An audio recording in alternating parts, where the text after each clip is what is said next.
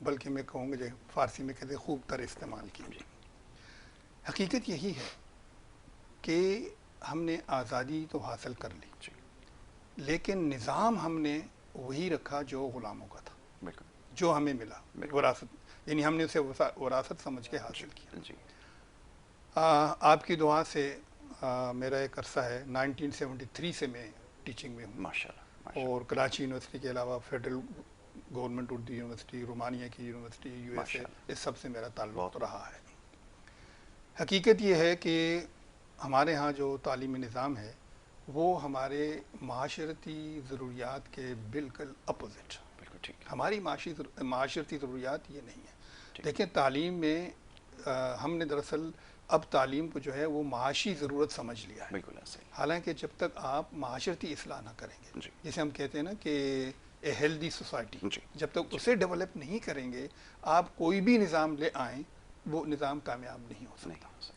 دوسرا جو سب سے بڑا المیہ ہے جو ہمارے ہاں وہ ہے ٹیوشن سینٹرز کا. بہت بڑا المیہ ہے.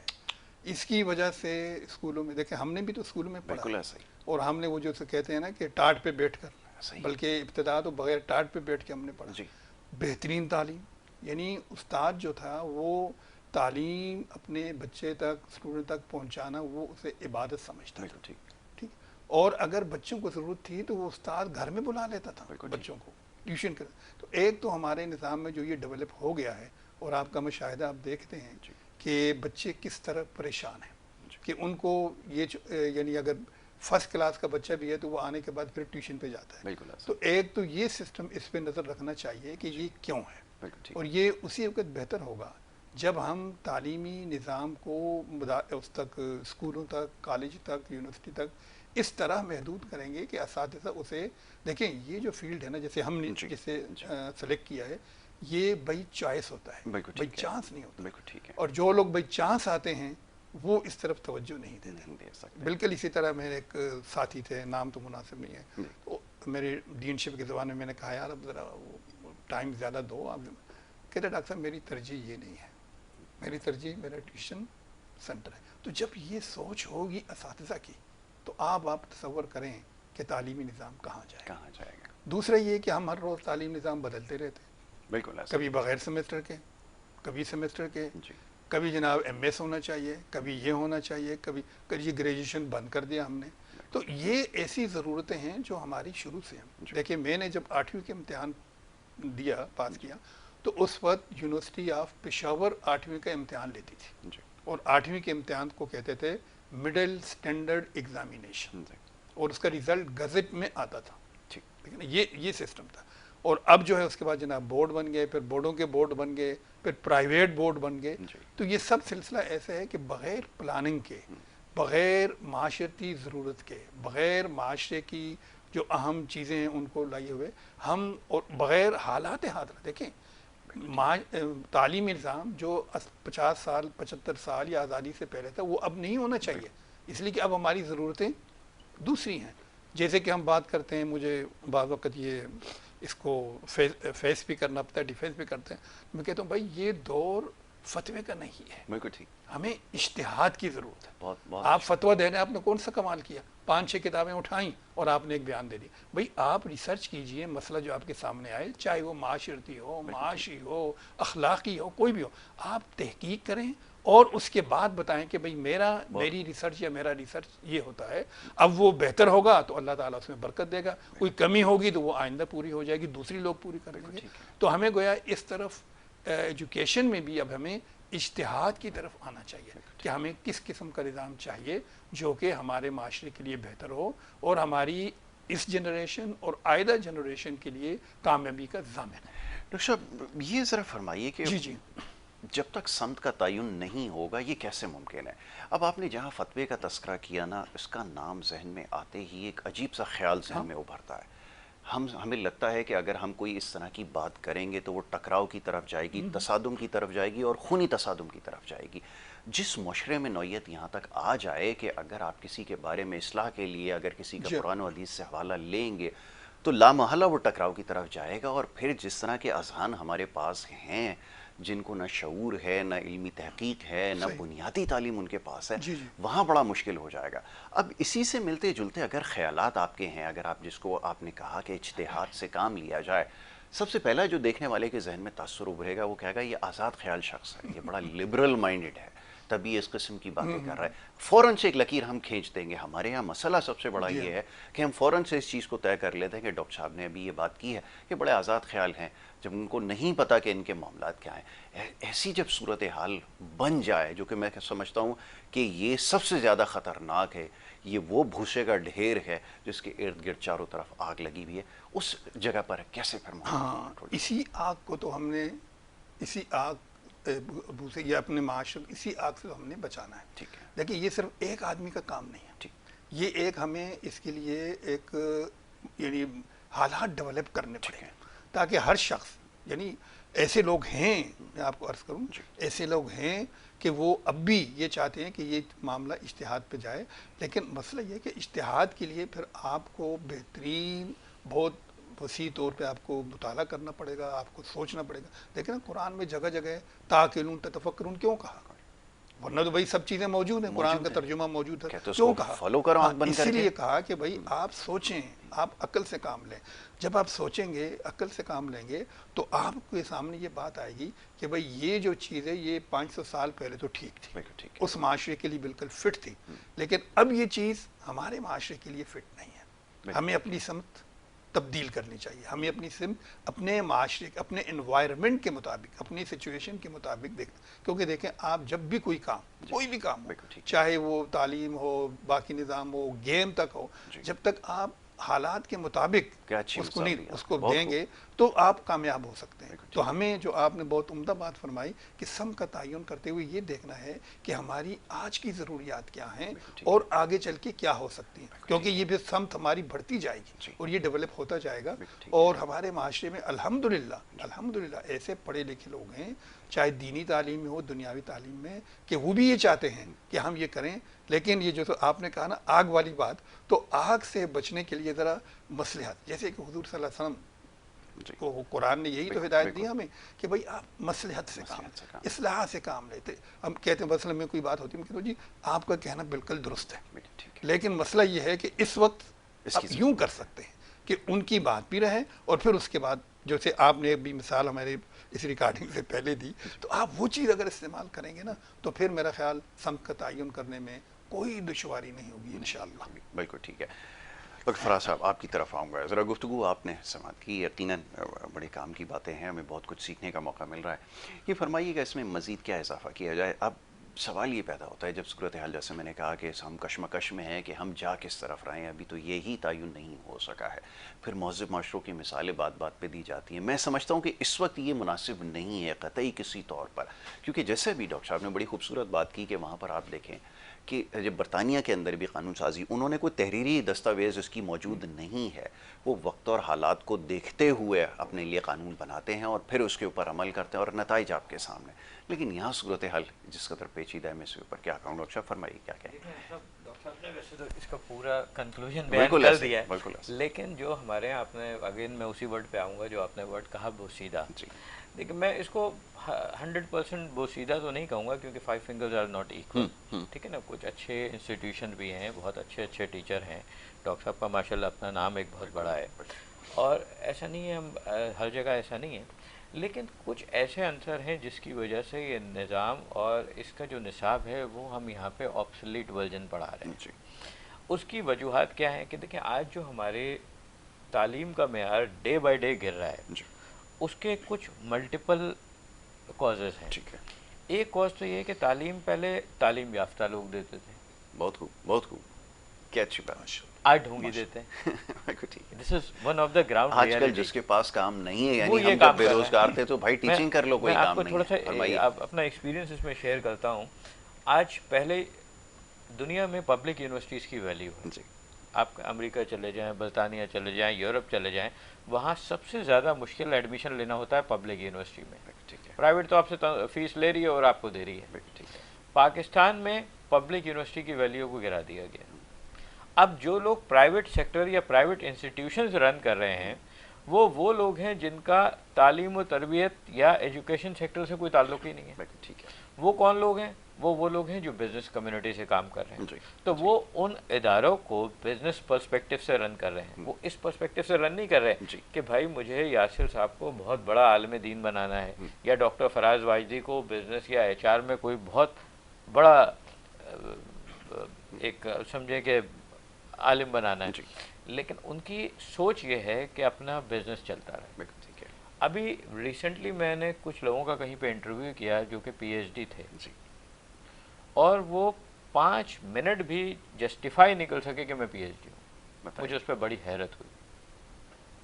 میں نے کہا جیسے لوگوں کو اپنے جس ٹاپک پہ ریسرچ کیا ہے اور اس کا وہ کہتے ہیں کہ مجھے اس کی ڈیٹیل نہیں پتا. گوگل سے تو کام آسان تو ایسے معیار کو اچھا اس معیار کو ہم نے ایجوکیشن کو ٹوٹل بزنس میں کنورٹ کر دیا. آج ہمارے پاس ایک چیز چل رہی ہے کانٹینٹ رائٹنگ. اچھا وہ کانٹینٹ رائٹنگ کیا ہے؟ وہ کانٹینٹ رائٹرز کیا کام کرتے ہیں؟ وہ آپ کی انگریزی لکھ دیں گے, پلیجرزم ریٹ اس میں ختم کر دیں گے.